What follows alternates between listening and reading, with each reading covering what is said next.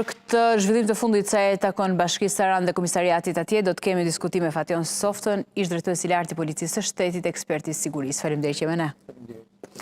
Softa, shohim se Komisariati i Policisë Saran, me se duket tashmë në mënyrë, më të themi, kontradiktore, ka këto zhvillime dhe duket sikur po shkrihet kur kupola drejtuese atje është arrestuar e të tjerë janë shpallur në nënhetim. Nga ana tjetër, vetëm pak minuta më parë, kishim dhe reagimin që vjen nga Ministri i Punëve të Brendshme Besfor Lamallari, që duket se distancohet dhe kërkon legjizatuesve që të shohin me prioritet dhe pastaj të bëjnë një analizë të hetimeve që çdo kusht të përgjigjet para ligjit. Sa serioze është kjo situatë kur shohim uniforma blu në nivele drejtuese të bërë pjesë të këtë proces, të përfshirë në këto afera? Shkoj rëndë kur ju e bëni komentimin që policia arreston policët, pra policia arreston policinë, dhe aq më tepër kur flasim për komisar dhe nën komisar për nivel gradësh, por dhe nivel institucional sepse është drejtues komisariati. Dhe presupozon që drejtuesi i komisariatit duhet të luftojë paligjshmërinë dhe strukturat e policisë duhet jenë ata të cilët duhet luftojnë krimin, ndërtimet pa leje dhe gjithçka tjetër që është në ato territor.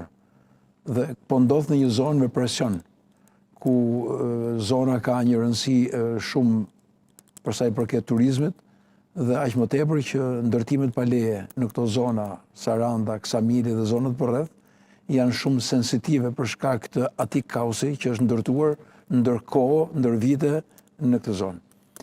Por, nëse ishte rasti i parë, do ta quhnim alarmante, por nuk është rasti i parë. Ka disa raste ku her pas here janë zbuluar drejtues të lartë.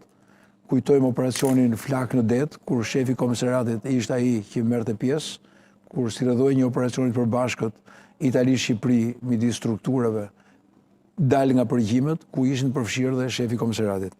Kemi pasur shkarkime të zinxhirit në Vlorë, kemi pasur shkarkime të zinxhirit në Fushkruj, pra në disa zona kemi shkarkime të zinxhirit, sikurse edhe tashmë i bie që të kemi një shkarkim dhe një rikompozim të komisariatit të Sarandës për shkak të goditjes që vjen dhe nuk e dim sa është niveli i organizimit dhe sa janë të shtrirë shefi i komisariatit tek influencat që ka pasur.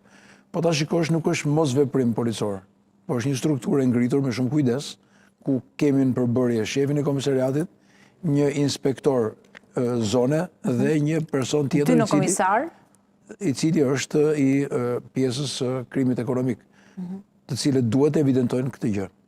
Kujtojmë momentin kur kryeministri i vendit njofton thotë që në zemër Tiranës kemi në një nga grattacielat 4 kate të ndërtuara pa leje.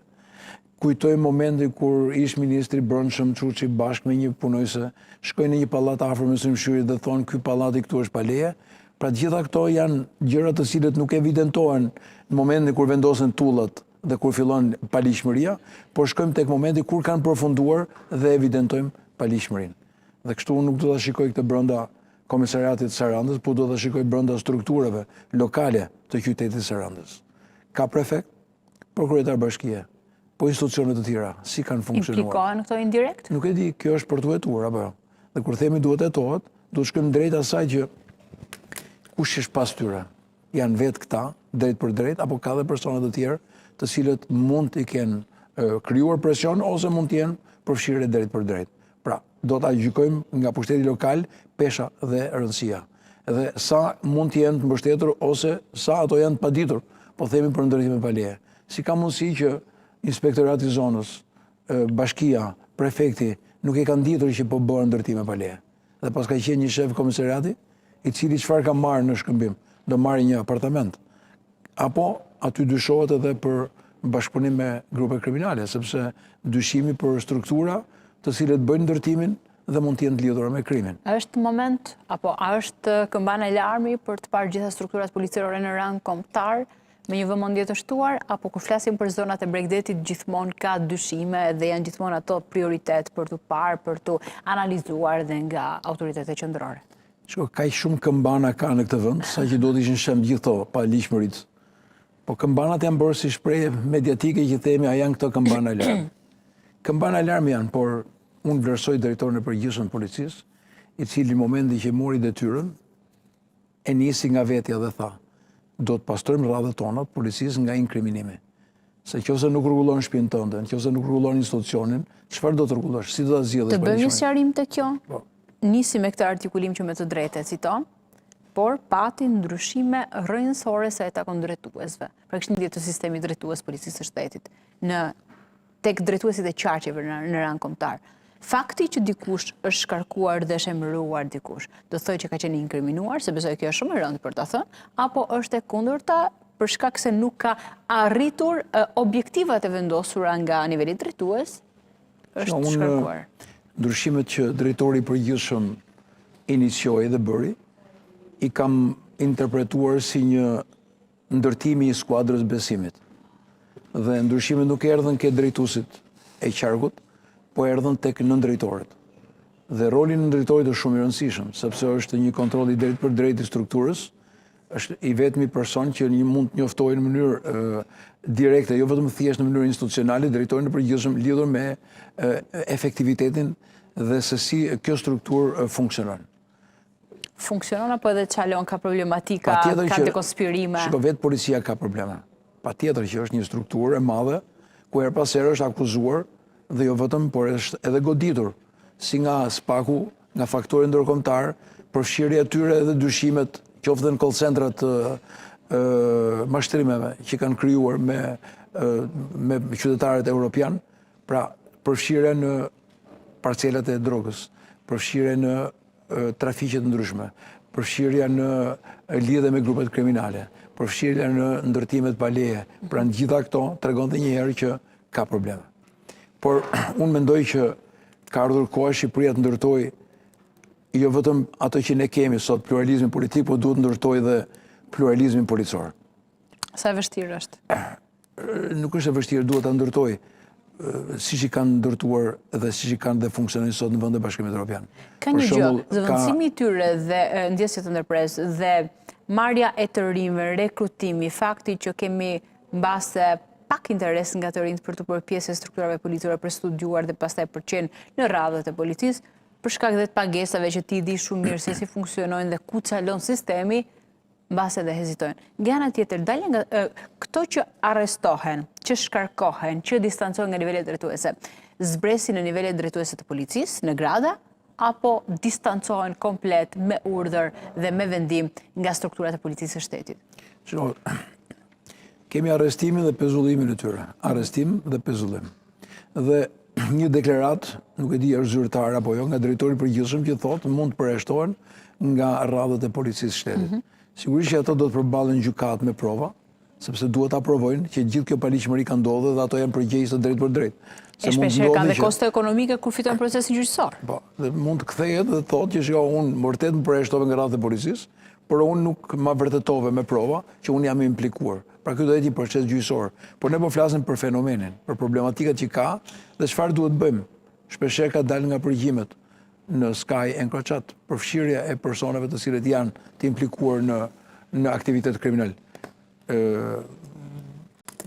Sigurisht që nuk është çështje që ky informacion ka ardhur vetëm nga denoncimet e qytetarëve.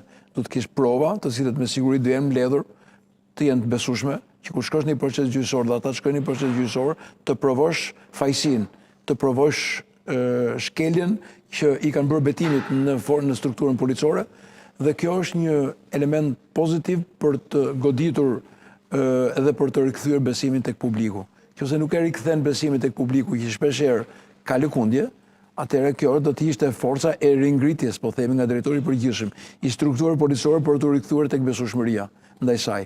Dhe tek ajo pjesë që themi të ftojmë të rinjt për të bërë pjesë të policisë, dhe mesazhi që dha drejtori i përgjithshëm në akademi është shumë pozitiv, që vajti tek studentët, tek ajo pjesa e re që do të vijë dhe do të zëvendësoj këta drejtues të komisariateve, këta drejtues të institucioneve të policisë dhe sigurisht për të ftuar edhe atë pjesën e të rinjve të cilët mund të bëhen pjesë e strukturës policore, sepse policia është e bukur si shkencë po e quaj, sepse nuk është vetëm ai polici që rrit tek rruga, po është një strukturë e tërë që ka të bëjë me krimin kibernetik, që ka të bëjë me policinë shkencore, që ka të bëjë me policinë e rendit, që ka të bëjë me forcat speciale, që ka të bëjë me forcat e qarkullimit rrugor, pra është një strukturë e tërë e cila e ka brenda adrenalinën dhe bukurinë e saj. Por sigurisht nuk duhet ta ndotim me këtë formë, sepse pastaj humbet ato që themi, nuk është policia që ka forcën, po është publiku që jep forcën. Është ligji që jep forcën, dhe në rastet kur ai shkelci ligjit, është shefi i komisariatit, është drejtuesi i komisariatit, ku ai bëhet palë me krimin, atëherë sigurisht që nuk mund të flasim për një strukturë shëndosh, por një strukturë të infektuar e cili duhet pastrohet. Kush është sot problemi më i madh që po hasë gjithë struktura policore në rang kombëtar? A është çështja e dekonspirimit? Shiko, dekonspirimi vjen për shkak të implikimit. Çdo të thotë implikim do të thotë që grupet kriminale kërkojnë që të investojnë. Investimi vjen nëpërmjet korrupsionit, për t'i futur nëse janë brenda strukturës persona për të ngritur në detyrë, se duke vajtur ata në detyrë kanë mundësi të kontrollojnë. Kontrollojnë grupet kundërshtare, lejojnë mundësinë e lëvizjes në territor, sa herë ka persona me shkallë të lartë rrezikshmërie dhe janë persona në kërkim, informohen apo kur ka operacione të organizuar nga ndërkombëtar dekonspirojnë në mënyrë të tillë që shpeshherë kur kanë vajtur nuk janë gjetur në banesë, nuk janë gjetur në territor ose mund të jenë por rreth dhe nuk janë bërë ndalime ndaj tyre. Dhe kjo quhet ajo që themi dekonspirim. Dhe e dyta, pam dhe rastin e aeroportit të Rinasit ku një agent apo një punonjës i agjencisë mbikëqyrjes policore ishte marrë në punë në mënyrë të padrejtë, në mënyrë të paligjshme, dhe ishte pjesë e personit që ishte në kërkim dhe u vra bashkë me të, por ishte në automjet me të. Dhe kjo tregon ato që ne themi, çdo të thotë dekonspirim, çdo të thotë bashkëpunim, kur korrupsioni dhe këta element kanë ndikuar tek organi emërus, tek organi politik, tek ai që ka pushtetin lokal, tek influenca për vota, tek influenca për financa etj. Dhe deportojnë dhe futen në struktura. Dhe arrin deshta në nivele që mund të jetë shefi i komisariatit. Dhe nëse shkojmë drejt tek shefi i komisariatit, mendoni ai që planizon shërbimin. Ai që planizon shërbimin se ku do të shkojnë forcat e policisë. Ne themi që shpeshherë në atentate nuk ishte makina policie. Shpeshherë në atentate bëhet vrasja, bëhet eliminimi, largohet makina, shkon në digjet dhe pastaj shkoj me gjem që makina u dje. Nuk pati një herë një patrull policie ose një shërbim bllokues që të kishte mundësi në momentin e atentatit ta bllokonin. Këtu pas e lind dyshimi dhe themi, mos ndoshta ka pasur bashkëpunim.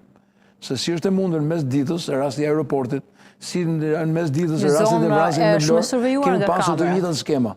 Dhe këto skema kanë mirë funksionuar. Pra, o ata janë shumë më të avancuar se policia e shtetit, ose hallkat policisë e shtetit, të cilët kanë ndihmuar ose kanë favorizuar në mënyrën e shpërndarjes së forcave të policisë që ata të mos jenë bllokuese të atij automjeti që largohet me shpejtësi nga vendi i ngjarje. Sepse vrasja nuk është bërë me silenciator, vrasja është bërë me Kalashnikov. Dhe nuk besoj se ka pjesë qytetit në moment që përdorin një armë të tillë mos dëgjohet. Dhe të mos kesh shërbime të gatshme të bëjmë bllokimin e një automjeti, por duhet shkojnë ta gjejnë vetëm në vendin e djegës së këtij automjeti. Apo tentohet nga Skënderhita, drejtuesi i kryepolicisë në fakt që t'i kthej fytyrën policisë së shtetit, apo sa do të mundohet me këto valë ndryshimesh, rokadën, me këto arrestime, me këto hetime në zona shumë kryqëzore, siç është Bregdeti dhe ndërtimet pa leje, apo ku ka edhe të implikuar dhe që dekonspirojnë operacionet, të sjell një frymë të re në një kohë që rruga jonë drejt Bashkimit Evropian kërkon disa standarde që me patjetër duhet t'i plotësojmë, apo duke bërë një analizë përgjithshme, duke qëndruar me këmbë në tokë dhe duke qenë objektiv, do të jetë një rrugë e vështirë për të. Nuk mundet një individ sado i ndershëm, perfekt, profesional të jetë të ndryshojë gjithçka. Po duhet krijohet që tham skuadrën e besimit. Sepse në një skuadër ai po mund sjell një frymë. Por duhet që të gjejë edhe një besim ose politika të jap besim, sepse shpeshherë drejtorët kur kanë sjell vërtet ndryshimin dhe kur kanë sjell vërtet ndryshimet të strukturës, kur policia është kthyer në një forcë goditëse kundër paligjshmërisë, për motive ndryshme janë larguar nga detyra. Dhe fatkeqësisht nuk di një drejtor të përgjithshëm, ose nuk po më vjen në mend një drejtor i përgjithshëm që ta ketë bërë të plot mandatin. Lëvizshmëria ndaj tyre, si i ministrit apo ministrit brendshëm, ashtu dhe i drejtorit përgjithshëm ka shkuar 1.2 vite. Pra, edhe koha për cilët i jepet dikujt për të ndërtuar një strategji, pra Hita i mori një detyrë, e cila ka një mandat 5 vjeçar. Në këtë mandat 5 vjeçar, ai ka 2 udhërrëfys. Ligjin dhe njëkohësisht atë platformën që ka qeverisja e vendit lidhur me integrimin, lidhur me strategjinë e sigurisë kombëtare. Pas gjithshmërisht dhe një drejtor i cili ndërton në kuadrin e ligjit të strategjisë së Ministrisë Brendshme, po dhe strategjisë të qeverisë shqiptare, po dhe të procesit të integrimit, çfarë do të bëjë në këtë mandat që ka.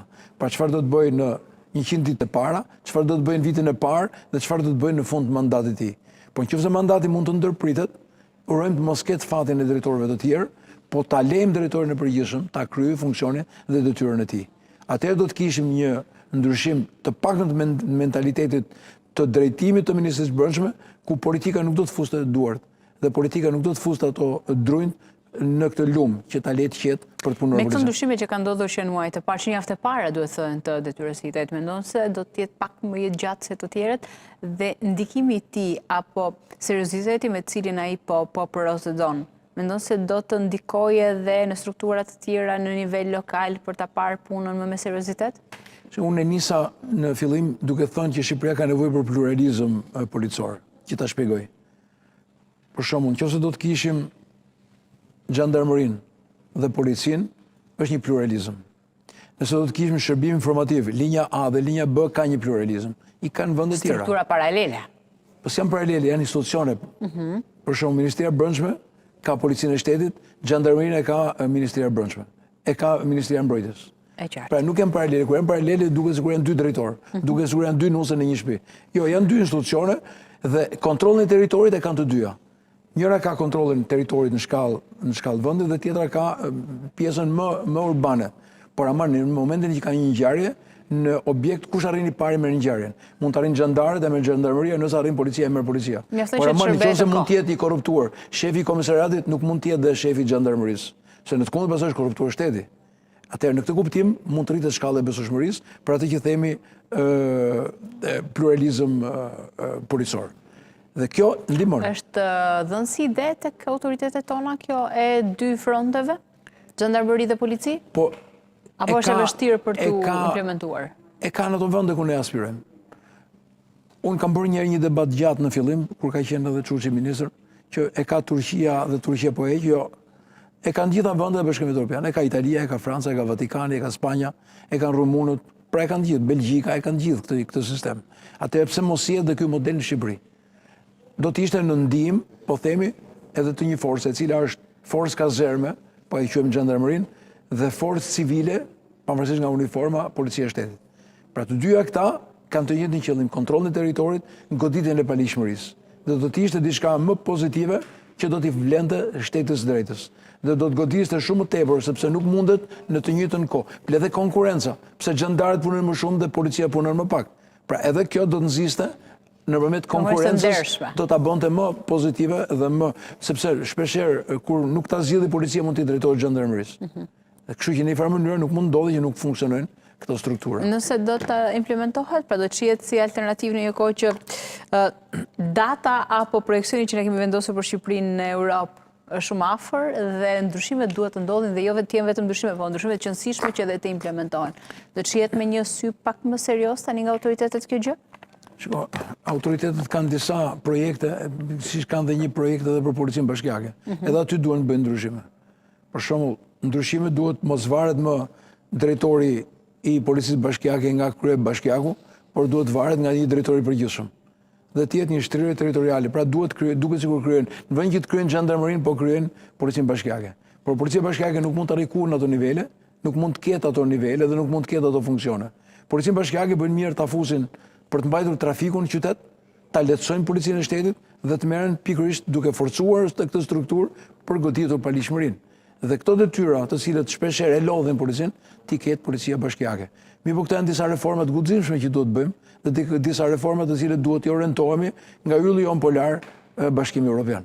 Nëse kjo gjë nuk vjen tani, atëherë si do të hysh? Sepse do të hysh duke krijuar e para besueshmëri tek qytetarët që shteti po funksionon dhe edhe ky element i arrestimit tyre është besueshmëria, se nuk është se kjo erdhi nga denoncimet, po kjo erdhi nga një hetim i bërë nga policia e shtetit, ku nëpërmjet dokumentimit dhe pamje filmike apo regjistrimeve mund të kemë prova të mjaftueshme për ta çuar atë në një proces gjyqësor. E qartë. Softa, urojmë që ky projekcion dhe këto ide që ke edhe të ndodhin të implementojnë në terren, aq më tepër që rruga jonë është tashmë e pakthyeshme drejt Unionit, drejt Bashkimit Evropian dhe këto standarde që duhet plotësojmë patjetër. Faleminderit shumë për kohën, gjithmonë kënaqësi që je në Euronews. Faleminderit. Shkputemi për pak momente, shkojmë në reklama dhe rikthehemi me zhvillimet në të fundit sa i takon integrimit të Shqipërisë në një strukturë të sigurisë kibernetike të NATO-s, por edhe asaj që po ndodh në arenën ndërkombëtare.